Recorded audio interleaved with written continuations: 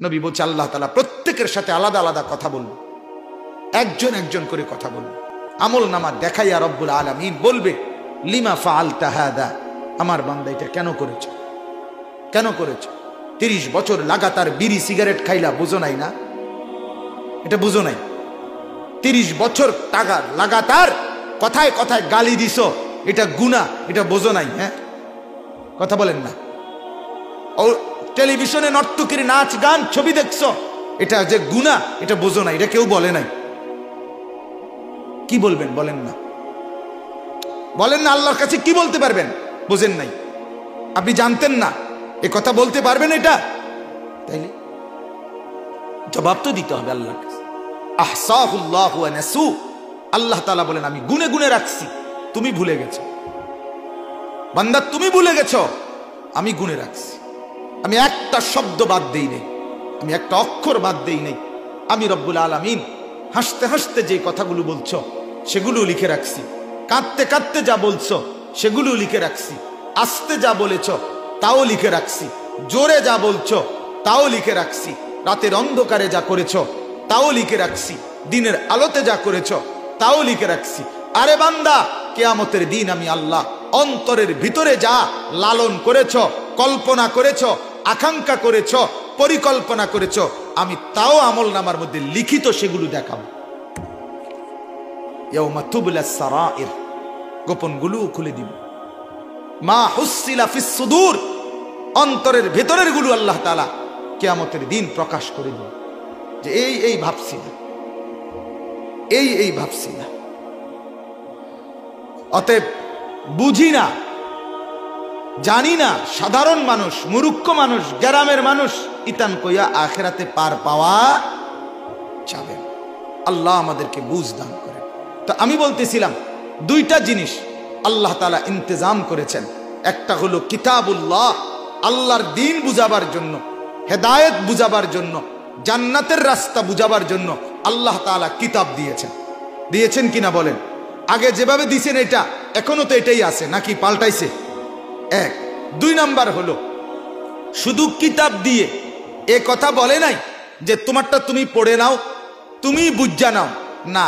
আল্লাহ তাআলা বলেন প্রত্যেক জামানার মানুষের জন্য আমি রব্বুল আলামিন রিজাল, আমার পক্ষ থেকে বুঝানোওয়ালা মনোনীত বান্দা, কখনো নবী, কখনো রসুল, কখনো সাহাবি, কখনো তাবিঈ, কখনো আউলিয়া, কখনো মুহাদ্দিস, মুফতি, মুফাসসির, উলামা, আউলিয়া, আইম্মা, ইমাম, খতিব, এভাবে প্রত্যেক জামানায় সারা পৃথিবীর প্রতিটা অঞ্চলে পর্যাপ্ত পরিমাণ বুঝাবার মতো আলেম, হক্কানি, রব্বানি, মুত্তাকি, ফরহেজগার, দিনদার, বুঝানেওয়ালা মৌলভী আলেম আমি ইন্তজাম করেছি, রেখেছি, ব্যবস্থা করেছি। তোমার কানে বুঝাইবার মতো লোক আমি পৌঁছাইছি। তাহলে আমি কিতাবও দিছি, আমি তোমার কাছে উপযুক্ত লোকও রাখছি, এরপরও তুমি পথ হারাইলা কেন? কথা বলেন না? এরপরও পথ হারাইলা কেন? আপনি কি বলবেন? আমি উদাহরণস্বরূপ বলি যে আমি গত মাসে ইন্ডিয়া গেছি, দিল্লিতে আমার গলার অপারেশন করাবার জন্য। তো দিল্লিতে গেছিলাম এই ডিসেম্বর মাসে। তা আমি যখন দিল্লি এয়ারপোর্ট থেকে বের হব, তখন এর আগেই আমি আমারে যিনি দেখাইয়া পথ দেখাইয়া নিয়ে যাবে, যার সাথে কথাবার্তা বলে আমি গেছি ওইখানে, ওই ছেলেটা কলকাতার। তো তারে আমি বলছি ভাই যে আমি নাইমা এয়ারপোর্ট বাইরেতে পারুমনি, এটা ইন্টারন্যাশনাল বড় এয়ারপোর্ট।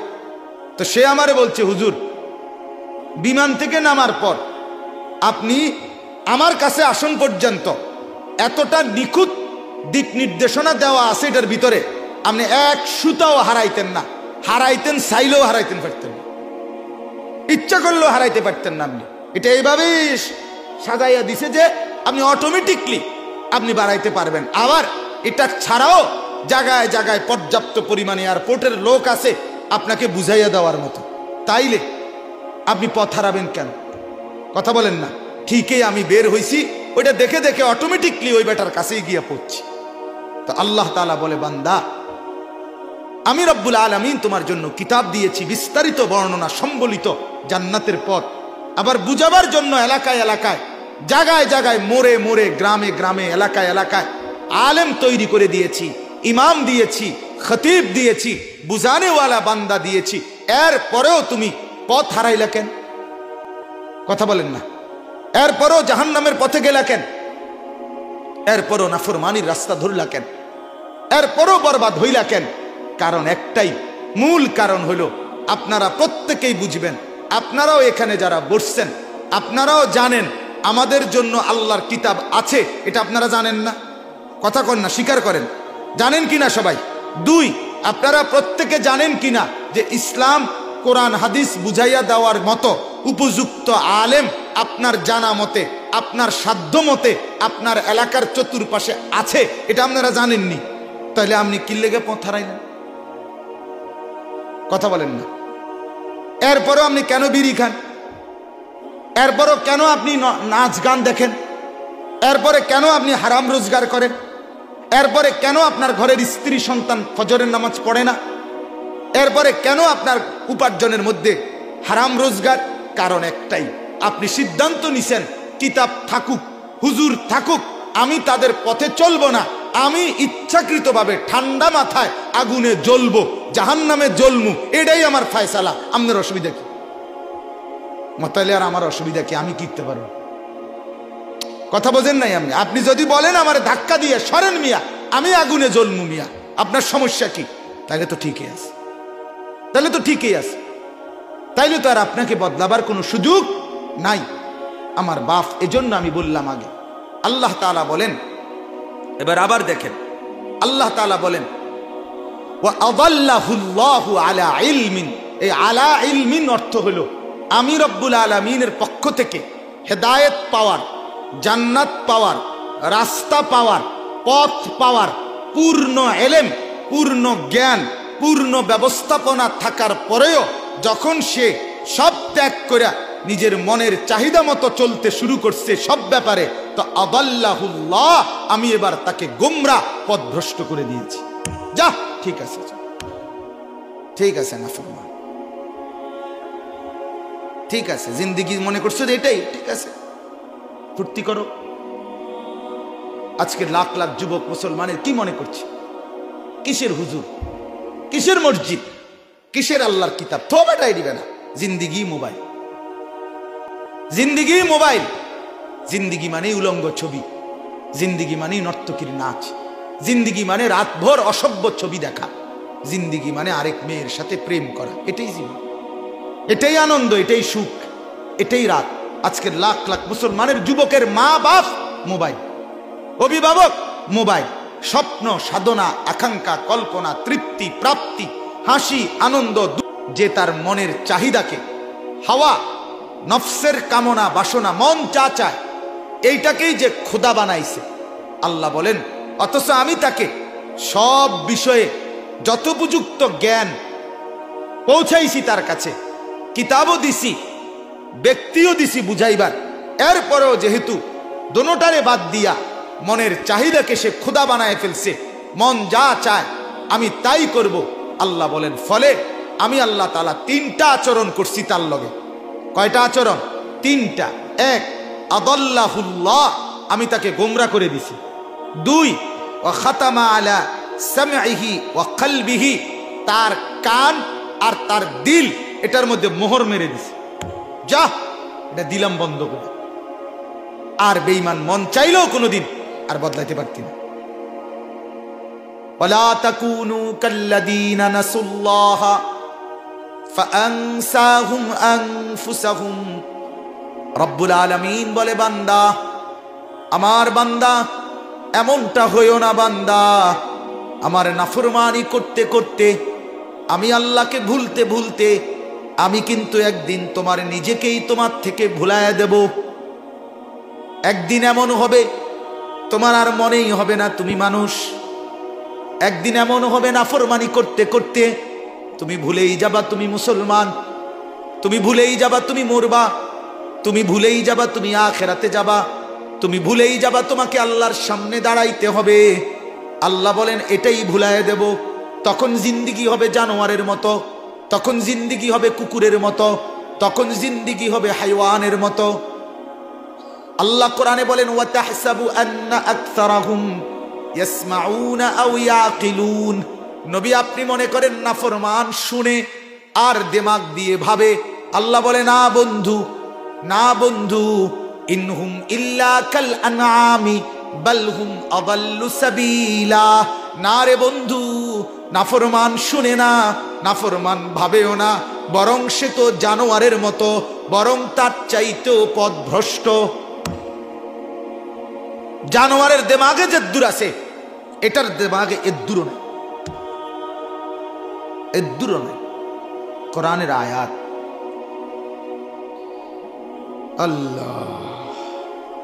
আল্লাহ তাআলা মোহর মেরে দিবে।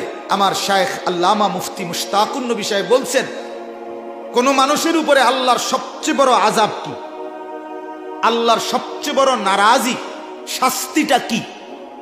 থাপ্পড় দেওয়া, মার দেওয়া, শাস্তি দেওয়া, কনুই দেওয়া, ফেরেশতা দিয়ে ফিডা দেওয়া, এগুলো তাইলে সে শেষ। কারণ সে তো নিজেকেই ভুলে গেলে।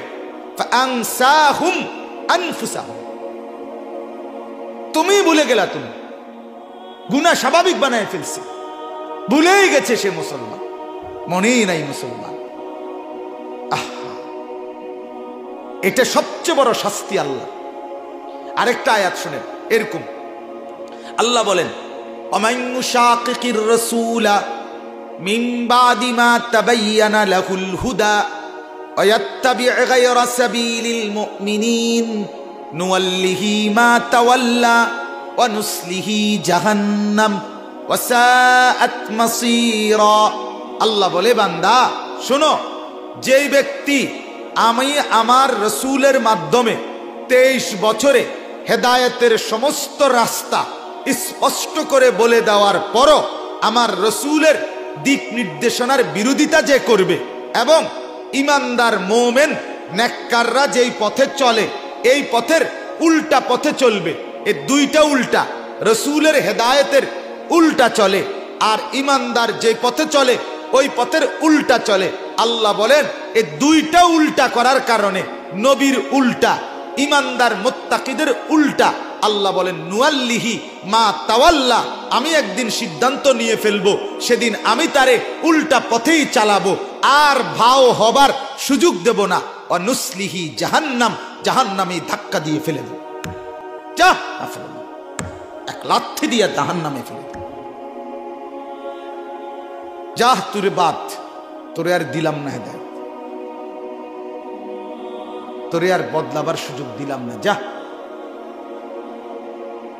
তখন কি হবে? নাফরমানি অবস্থায় যদি মৃত্যু এসে যায়, তার মানে তো জাহান্নামেই ফেলে দিল, ঠিক কিনা বলেন না? নেশাখোর যদি নেশা অবস্থায় মৃত্যুই এসে যায়, তো জাহান্নামই তো চলে গেল। উলঙ্গ ছবি দেখতে দেখতে রাত্রে এই জিন্দিগির অবস্থাতে তওবা ছাড়া যদি মৃত্যু এসে যায়, তো জাহান্নামেই তো চলে গেল। সুদ, ঘুষ, মিথ্যা, অবৈধ উপার্জন অবস্থায় যদি মৃত্যুই এসে যায়, তো সে তওবা করলো কখন? তওবা করার আগেই তো স্টক করে লেছে, ওটা তো বুঝছেই না, অথচ সিটারির টাকা তো সব রয়ে গেছে, তওবাও তো করতে পারেন। এজন্য বাপ আল্লাহ তাআলা বলেন, নিজের মনের চাহিদা মতো, হাওয়া, হাওয়া এটাকে বলে ইত্তিবাউল হাওয়া, নফসের চাহিদা, মনের চাহিদা, এটা মতো যে চলে, আল্লাহ বলে 1 নাম্বার তাকে আমি পথভ্রষ্ট করে দেই, 2 তার অন্তর, তার কান একবার সিল মেরে দেই, বন্ধ করে দেই, এটাতে আর হক, এটাতে আর ভালো কথা, এটাতে আর আলো, এটাতে আর নেক কথা কাজ ঢোকেই না, ভিতরেই যায়।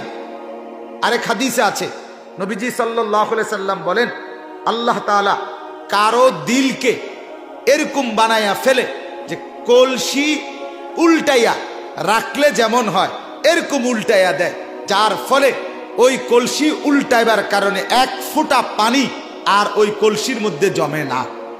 জমবে? এটা যদি আপনি উল্টাইয়া দেয় কলসি, বলেন না 1 ঘন্টা কল চিপলে পানি জমবিনি 1 ফোঁটা, কেন? কলসি তো উল্টানো। আল্লাহর রাসূল বলছেন, অনেক নাফরমানের দিল, অন্তর আল্লাহ এভাবে উল্টায় দেয়, একদম উল্টায় দেয়। আল্লাহ মাফ করে দেয়। ইয়া মুকাল্লিবাল কুলুব সাব্বিত কলবি আলা দীনিক, হে দিল সমূহের পরিবর্তনকারী মাওলা, দিল আমার আপনার দ্বীনের উপরে মজবুত করে দেন। নবীজি দোয়া করতেন, 5 ওয়াক্ত নামাজের পরে নবী এই দোয়া করতেন, ইয়া মুকাল্লিবাল কুলুব সাব্বিত কলবি আলা দীনিক। কোরআনে আল্লাহ বলেন ওয়ালামু আন্নাল্লাহা ইয়াহুলু বাইনাল মারই ওয়া কলবিহি। রব্বুল আলামিন বলে বান্দা শুনে নাও, আমি রব্বুল আলামিন বান্দার ইচ্ছা আর তার দিলের মধ্যে আমি আল্লাহ মাঝখানে বাধা দিয়ে দেই, আমি পাল্টে দেই, উল্টে দেই। হাদিসের মধ্যে আছে, নবীজি বলছেন ইন্না কুলুবাল ইবাদ বাইনা ইসবাইন মিন আসাবিআর রহমান ইউকাল্লিবুহু কাইফা ইয়াশা। নবীজি বলেন বান্দার দিল আল্লাহ তাআলার কুদরতি দুই আঙ্গুলের মাঝখানে থাকে, তিনি যেভাবে ইচ্ছা সেভাবে বদলাইতে পারেন। হাজী সাহেব কি বুঝাইছে ওই দিন আমারে, কালকে আমার হাজী সাহেব বুঝাইছে আমারে আরো সুন্দর করে। চুলার মধ্যে যখন ভাত রান্না করে ডেকচির মধ্যে, তখন ভাতের গরম পানির মধ্যে ভাতের যখন পুরা উতরায়, তখন নিচের ভাত উপরে ওঠে, উপরের ভাত নিচে ওঠে। এই যে সেকেন্ডে পলকে বদলায়, এটা কি খুব দেরি হয়? কথা বলেন না। আল্লাহ তাআলা চাইলে এরকম সেকেন্ডের মধ্যে দিল বদলাই দিতে পারে, দিল